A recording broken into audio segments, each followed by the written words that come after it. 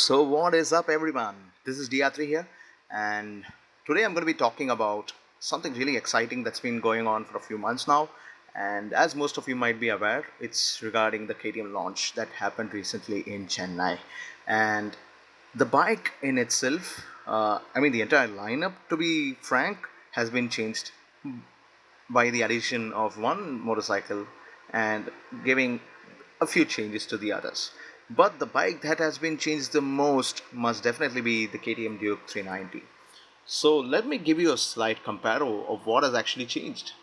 The motorcycle now weighs 163 kgs wet, and going over to the old model, it used to weigh around 154 kgs wet. So that's a weight gain of around, let's say, 9 to 10 kgs overall in case of the Duke 390 2017.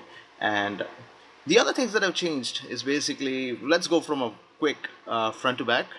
The front now has an LED cluster up front, and the suspension has been retained. It's the same USDs. I think they are WP shocks. I'm not sure about the brand, unfortunately, but I'll get back to you through a short annotation.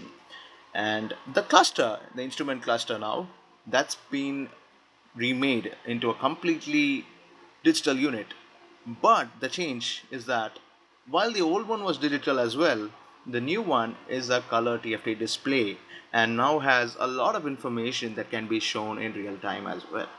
So it also supports Bluetooth pairing, and I'll definitely add a section in the video where you can actually see the console being operated as well.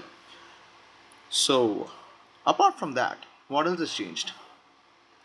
The tire profile up front remains the same. It's the same 110/70 R17 as in case of the old one as well. But the ground clearance for the motorcycle has been increased. It's now 185 mm in case of the new Duke 390, whereas it was around 170 mm in the old KTM 390.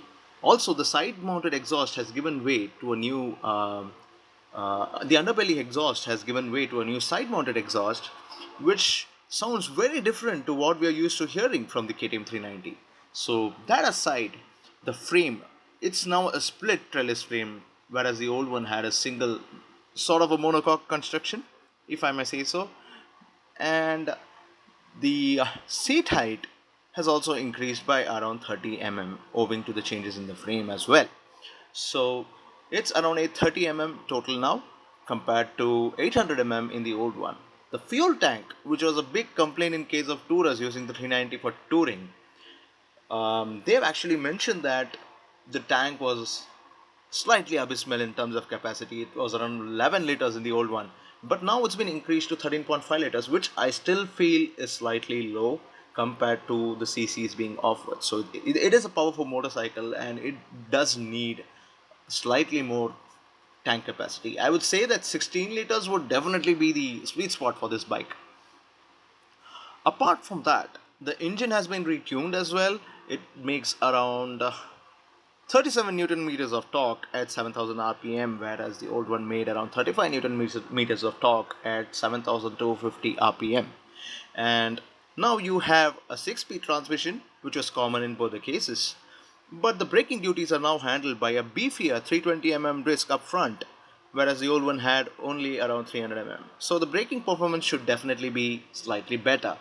And the rear disc is more or less the same. It was a 230 mm, I think. Yeah, it was 230 mm, and it's common in both the bikes. So plenty of changes, right? Let's go over a quick overview about the bike itself. While I talk about the bike, I forgot to mention one more important point: adjustable levers. Yep, a very important point in terms of ergonomics are levers which are adjustable, because they allow you to customize the rake and reach of the levers based on your own hand size, which is very, very important. There are people who are short who have smaller arms, and they'll definitely find it difficult if the levers are farther apart from the handlebar. So this is a very important point, and I think it gives a little more appealability to the KTM Duke 390. So a quick front to back, you can actually see the new LED lamp. I'm just trying out the blinkers now. They seem pretty bright, but I'm not exactly certain if the visibility will be all that good during the night. So we'll have to check that out when we go out for a test ride. These are the adjustable levers that I talked about. 6 positions of adjustability. Um, it's the same on the brake side as well, and the number plate housing is slightly more different. And there you can see the instrument cluster seems to be mounted pretty solidly, I guess, and it has a heat stroud beneath to dissipate the heat. Looks pretty good overall. I think the wiring and all the other nitty gritties have been hidden pretty well. They don't seem to affect the appeal of the bike in any way. Here you can see the split trellis frame, and the seat has better thigh support. So it retains the same monoshock up in the back, and the ergonomics are more or less the same as the old one. Now we go on to the rear section. The tail lamp does look beautiful, and it's pretty good, and I think it'll definitely it definitely adds character to the bike. And this is the new guy in town. This is the KTM Duke 250, and it slots in between the KTM 200s, basically the RC200 and the Duke 200, and the 390s. So basically it's in between the 200 segment and the 390 segment. It's pretty good bike overall. I'll leave the technical specifications separately. It has the same split trellis frame as the other bikes, same tire profiles as the 200s, same tail lamp as the Duke 390, but the front lamp is basically halogens, so that's a change. It has a side mounted exhaust as well, so it's kind of add and mix both the 390 and 200 parts to make this particular bike. The engine is completely different as well. It's a 250cc mill, and it has around 35 horsepower. I'm not sure, I'll have to get back to you on that. The cluster is the same as the 200s, and strangely enough, the cluster is also similar to that of the RC390 2017. I'll talk about that in a while as well. So the bike does look pretty sleek, and I think it should have plenty of grunt for a 200. This is a new RC390 2017. As you can see, visually nothing much has changed. It has similar bodywork, but as you can see, just slight changes in terms of graffiti, or I'd say decals, painting work. Nothing much has actually changed. You get a new side mounted exhaust, and the seat seems to be slightly improved as far as what I've observed, and more or less it's basically the same deal as the 2016, and it gets adjustable levers. That's like one of the changes that I've observed so far.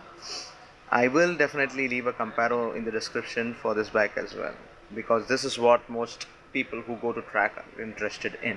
So that will be a separate section, and we'll possibly leave a comparo in the description for the same. Pretty good bike overall. That is what I've felt in case of the old one and the new one as well. So let us see how the market basically receives this bike. So that is something we have to see, because I feel that the Duke 390 would definitely be the more appealing of them. Here we were basically meeting up for the KTM meetup, basically for launching the bikes in Chennai, and we started off at around 7 a.m. from the dealership in Anna Saleh. So it's been a big wait, as in case of enthusiasts from Chennai being taken into consideration. People were eagerly waiting for the 2017 edition of the motorcycles to hit our shows, and here there was a little surprise. I was just sitting and listening to them about talking about the specifications of the motorcycle. They were not exactly in detail, but I got a chance to go on stage to launch the motorcycle. How good is that? I mean, it's an immense honor, and I definitely say it's a dream come true to be a part of an event like this. Not that I'm exaggerating, but I'm just saying I like attending events like this. So a chance to go on stage to launch a motorcycle for a particular city, yeah, I think it's pretty good, and it made me happy overall. While I talk about that, I'll also talk about one of the most important things that has been going on in our city regarding motorcycles in itself. So I'll leave that as a separate section, and you'll see Emmanuel Jabaraj sir, who's one of the acclaimed racers from Chennai, talk about a few points. The main thing that I'd like to talk about in this case is that motorcycle safety really needs to be given paramount consideration. And the city cops basically they are completely clueless regarding this, because if you wear gear in my city, it's somehow looked at as a crime, and people have been caught for wearing gear and riding out. Whereas the cops should be encouraging that, saying that they've been going and trying to ride safely, which is exactly what they should be doing. Encouraging safety so as to reduce casualties. That should be their main idea, not catching people who are riding with gear.